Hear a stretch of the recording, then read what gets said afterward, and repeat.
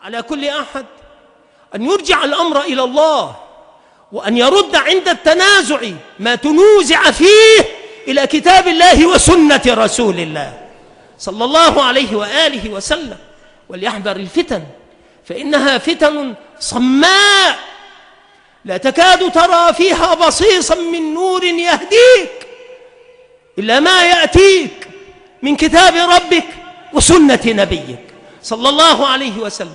ما تقول في هذه الفتنة؟ حماس تحشد. لماذا؟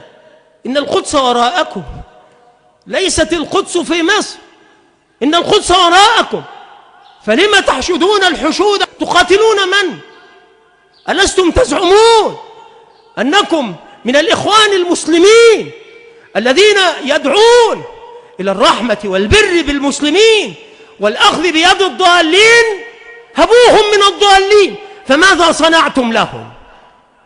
قتلتموهم، حاربتموهم، أوضعتم بالفتن خلالهم. هذه الفتنة الصماء العمياء كيف يتعامل معه؟ الطريق إلى القدس لا يمر بالقاهرة، القدس وراءكم، فماذا صنعتم للقدس؟ ضيعتموها.